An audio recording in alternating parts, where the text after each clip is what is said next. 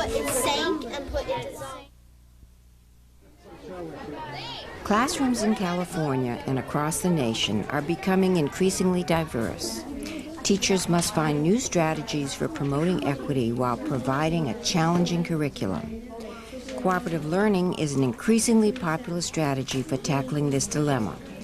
But without careful implementation, cooperative learning can recreate the status inequalities of the larger society within the small group.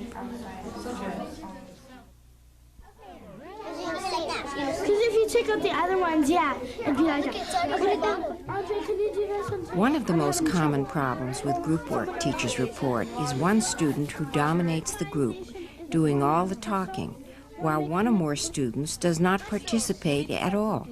Crystallization is a formation of crystals. We can put that instead of crystallization. No. In sociological terms, this is a status problem. That is, some students expect themselves and are expected by others to be much more competent. Others are expected to be relatively incompetent. These differences in expectations affect how much group members participate. This problem is evident even in classrooms where students have received a lot of training in cooperation. Oh, a door. We need No. door.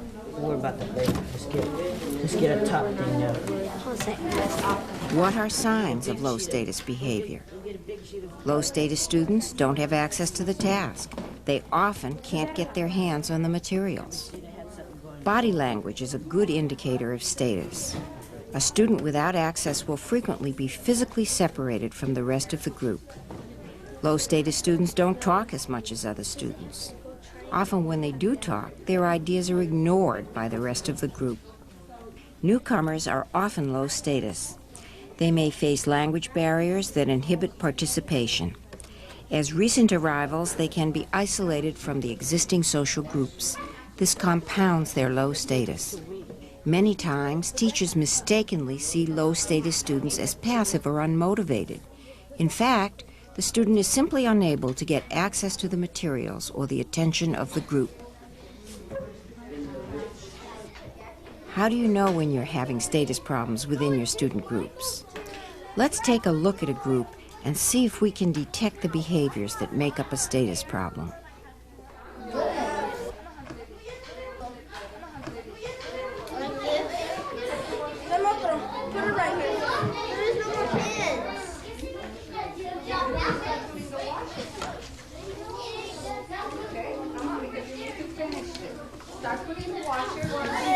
Can you pick out the low-status student?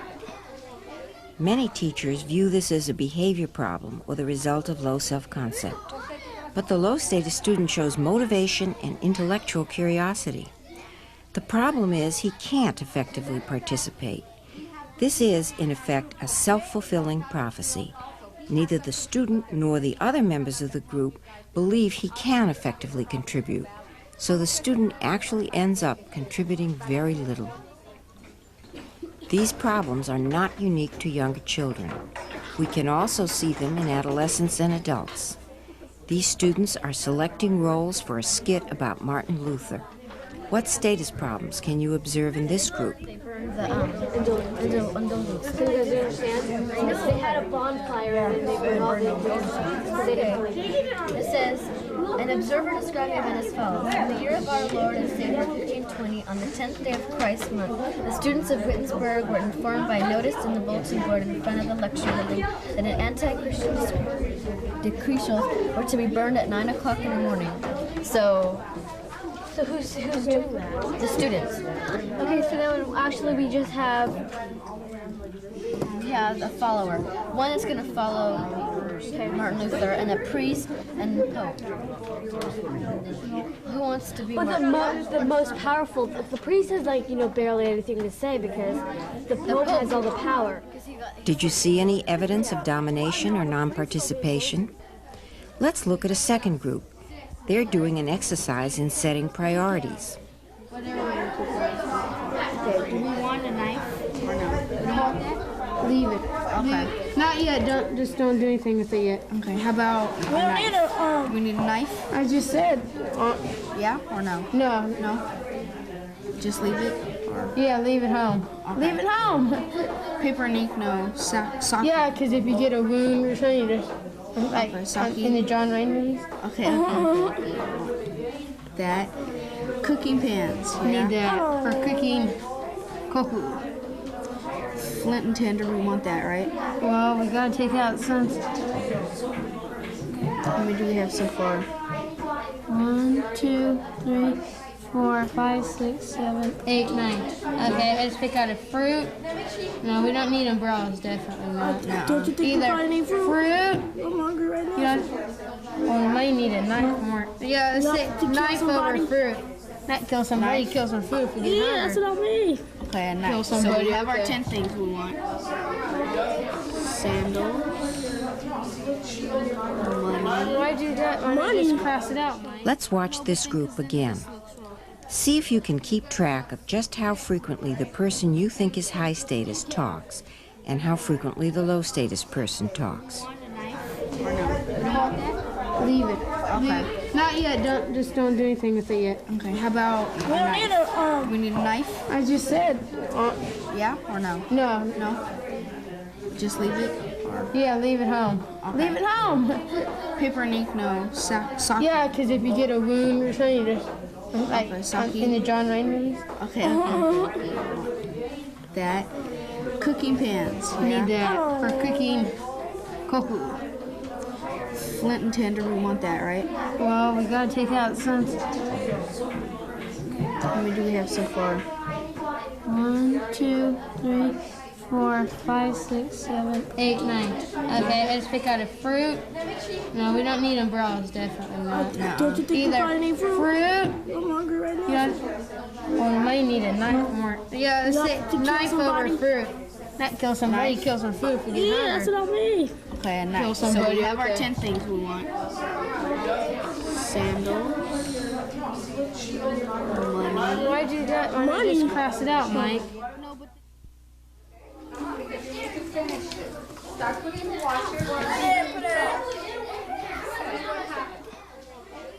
Research shows that students who talk less during group work learn less. If the teacher could do something that would boost the expectations for competence on the part of the low-status student, he or she would not only participate more, but would learn more. In fact, the teacher can actually modify the expectations for competence and incompetence that students hold for themselves and each other.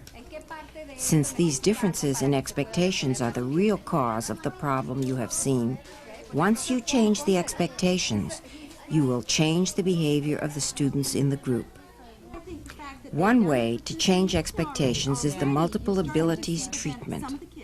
In this treatment, the teacher must convince students that successful completion of their task depends on many different intellectual abilities. What kind of abilities are required to be able to produce a product like that? The students must be made to believe that each group member is good at one or more of these abilities, but no one is good at all of them. If you can convince students that this is so, you will find that the low-status student will talk more, and the high-status student will be less likely to dominate the group. Conventional schoolwork will not work in this treatment because every student knows that in these tasks, reading, writing, and computing are the only things that count. Instead, what is called for is what I call a rich group work task, one that actually does require many different intellectual abilities and skills. For example, a task that requires students to observe, measure accurately, and compare. The tasks must be challenging. What I did was I made a circuit to the battery generates electricity, and the foil is a conductor which the electricity passes through, and the light bulb lets it light up. Planning, analyzing, interpreting a diagram, This must be the water then, because it says Lake Biwa. So, designing an illustration, hypothesizing, acting, Nobody paying no tax no more. I'm gonna do revolt. Yeah, that's what I'm gonna do. Yeah. You're gonna be severely punished. I'm telling the shogun. predicting, inferring, and concluding are all intellectual abilities or skills that can be called for in a well-designed task. Watch how this teacher calls upon her students to employ higher-order thinking skills in approaching a lesson on chemical reactions. I'd like you to hypothesize whether or not a chemical reaction occurred in your center. Okay? Now, if a chemical reaction occurred, I'd like you to come up with what evidence did you observe that led you to that conclusion. Why do you think a chemical reaction occurred? Give me evidence. Back it up with proof. Okay? If not, if no chemical reaction did occur, I'd like you to predict whether or not you think that over time, maybe in the next few days, a chemical reaction will occur. It's not easy to convince students that many different abilities are necessary unless you have thought about it and believe that this is actually the case for the task you have chosen. Let's listen to these teachers discussing a graph of peasant uprisings in feudal Japan. And if they've had some practice in graphs, or for some kids that have, what, particular kind of mathematic ability, or what, I don't know if it's sort of a skill that allows them to, with practice, to interpret it, or if it's really kind of an ability or an inclination towards mathematical representations. I don't know, but it could be very difficult. This could go with good prediction here. Oh, that's true. Good predict, because you see here, there's not too many uprisings, and all at once we have this tremendous upsurge in uprising. So prediction here might be interesting. Well, just to note. Also, now let's hear the same teacher orient her class to the multiple ability unit on feudal Japan. I want to remind you that it takes a lot of different abilities to do these projects well. Some of you are good at interpreting things and figuring things out. Some of you are good at working with your hands. Some of you can draw well. Some of you can get very dramatic and theatrical and present things very well. And you need to use all those strategies, all those things together to put this unit or to put this activity together. And that means you have to be open to what other people in the group are saying and get rid of maybe your stereotypes about, oh yeah, he never does his work, he doesn't have anything to contribute, or she never knows what's going on, I don't have to listen to her. Because each one of you has skills, has abilities that can be applied here. You have to be able to analyze the graph because it's a representation, a different kind of representation of information. And then you have to translate that into some kind of meaningful interpretation that you can apply to the topic. Now let's look at a teacher who uses her orientation to have the students brainstorm about multiple abilities. Well, we had to do a cartoon that had something going on now. We had a policeman, because of the policeman beatings, we had a policeman standing on top of a person and a black person. And then, because like the beatings, he's saying we stand on top of our work, and then the guy's saying, you can say that again. Okay, so you're doing current events, and what incident were you being somewhat sarcastic or caustic about? What current event? Right now, the police beatings. The police beatings, and specifically the Rodney King beating in L.A. What kind of abilities are required to be able to produce a product like that? Art.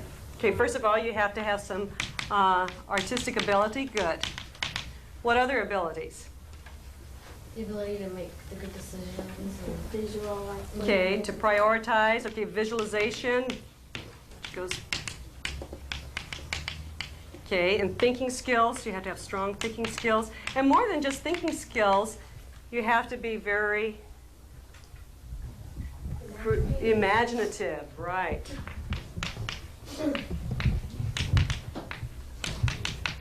Okay, these are some of the abilities that you had to have as a group and individually. Be sure in talking about abilities that you pick abilities that are generally seen as important and intellectual.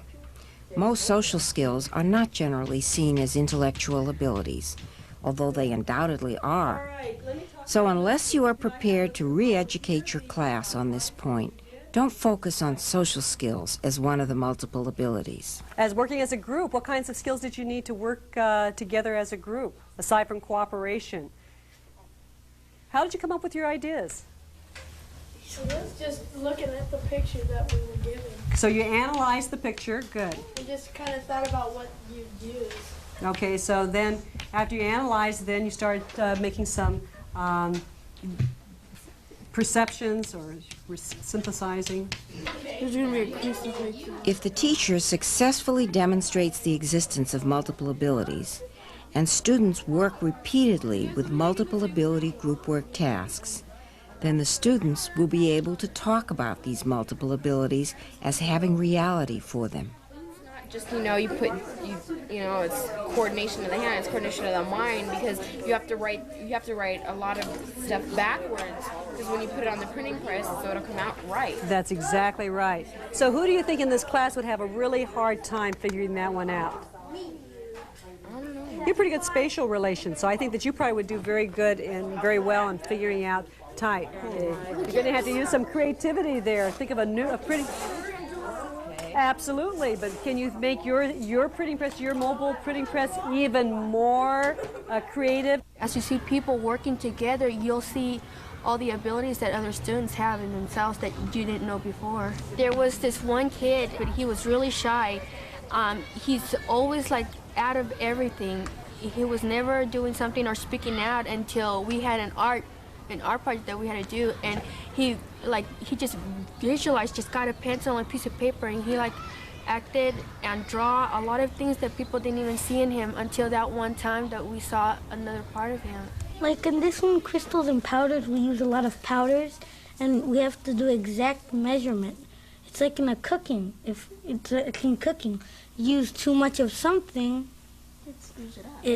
yeah, as I said, it messed the whole project up. You have to be observant to see what's happening and if there is a chemical reaction, if there's not. In order for the multiple ability status treatment to work, you must actually say, no one will be good at all of these abilities. Everyone will be good at some of these abilities. By emphasizing this, you are convincing the students that each one of them should have a mixed set of expectations for competence. Because remember that not everybody's going to be good at everything you do, but we're all good at something. Todos somos buenos para hacer cuando menos una de estas habilidades. We cannot do everything right, but at least we know how to do several things, so we're going to be a real good resource for our group. If the students believe that many different abilities are important for the task at hand, and if they think that each person will have strengths and weaknesses on the abilities involved, then no one will have uniformly high expectations for competence, and no one will have uniformly low expectations for competence. The new expectations you have developed will combine with the older expectations the students bring to the situation. The result will be a much weaker difference between high and low status students in both talking and influence. I like that, and I'm glad that you show that in your skit. That's wonderful. We can build a city. Assigning competence to low status students is a second treatment teachers can use to modify expectations. This treatment takes advantage of the power of the teacher as an evaluator. Students tend to believe evaluations teachers make of them. Thus, if the teacher publicly evaluates a low status student as being strong on a particular multiple ability, the student will tend to believe that evaluation. The other students who overhear are also likely to accept the evaluation's validity. Ernesto, I think you would be really good if you could organize the plan, because I think that's a skill that you do very well. You're very good at visualizing how things might be laid out. This is a very powerful treatment. It can do much to boost the participation of a low-status student. Ordinarily, you may only watch the low-status student to see if they are confused or staying out of trouble. You and the other students in the group may not even notice when the low-status student does something really well. To assign competence, you must observe when the low-status students actually do make intellectual contributions. It's a good idea to carry a clipboard while students perform group work. This enables you to record your observations of what the low-status students are doing. When you make evaluations, it is important that they be made publicly. Okay, Okay, so you've come up with different conclusions. Jeff's, I hear, saying that he says that the sugar is disappearing. I hear Nikki say that there's air bubbles in this one. That is very important. Okay, your observation is going to help your group. Okay, Nikki's come up with a great observation of something that's happening that's very different. And what do we know about air bubbles? What is that evidence of? Okay, think about that. Nikki, help your group, since you've already noticed that they have air bubbles. Discuss why it has air bubbles and what does that say about how this compares to this. That's going to be a crucial bit of information for you to continue on with your experiment. Assigning competence is not simply a treatment for the low-status student. It is a group treatment. This is because the problem lies partly in the expectations that others have for the low-status student. The group's expectations for this student must also be changed. When you have an opportunity to stand back and look to see how a group is kind of developing and what's going on with it, you can pick up some little kind of hints from the kids and some little tactics to use to build the status of some students that you may not have thought of yourself. And for me, it's kind of been a learning experience. Right now, but Luis decides what he says. Luis don't decide. When assigning competence, be specific. Make sure the student knows exactly what he or she has done well and why it is a multiple ability. You know, I really have seen, when I was looking at Luis working right now, and Luis is looking at the card and following the diagram in the card to be able to do this. He's doing it like cross. He puts one straw crossing like that to make it much stronger. He's really doing that by following a diagram. You know that's a great ability to have, because he could be an architect. That's what architects do. They follow a diagram and then they build something. So he's a great resource here in this group, because you guys can really rely on him to make your structure much stronger.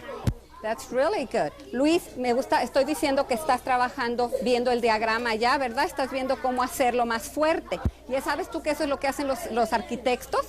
A lo mejor cuando tú seas grande vas a ser muy buen arquitecto, porque estás viendo lo que están haciendo y lo estabas haciendo muy fuerte. No lo tienes que desbaratar. Estabas haciéndolo muy bien. Ahora cuando lo pongan todo junto va a poder estar más fuerte. ¿Por qué te equivocaste? Pero tú lo puedes interpretar como tú quieras, Luis. No tiene que ser exactamente igual. ¿Sí? Tú lo estabas haciendo muy bien, porque tú sabes hacer muy bien las estructuras. No tienes que hacerlo exactamente igual. You need to tell Luis what you want to do, because he's the one that is a resource here, but he has to understand. If not, he can't help you. Finally, you need to make the ability relevant to the task at hand. They understand that even if they cannot read, they can contribute to the group and they can make their group be successful. And I have seen, you know, I saw it today with Luis, that he was able to at least put that a little bit of, you know, part of his ability into the structure, and everybody kind of said, oh, well, yeah, he can do that. He can do something better, you know, not even if he cannot read or write.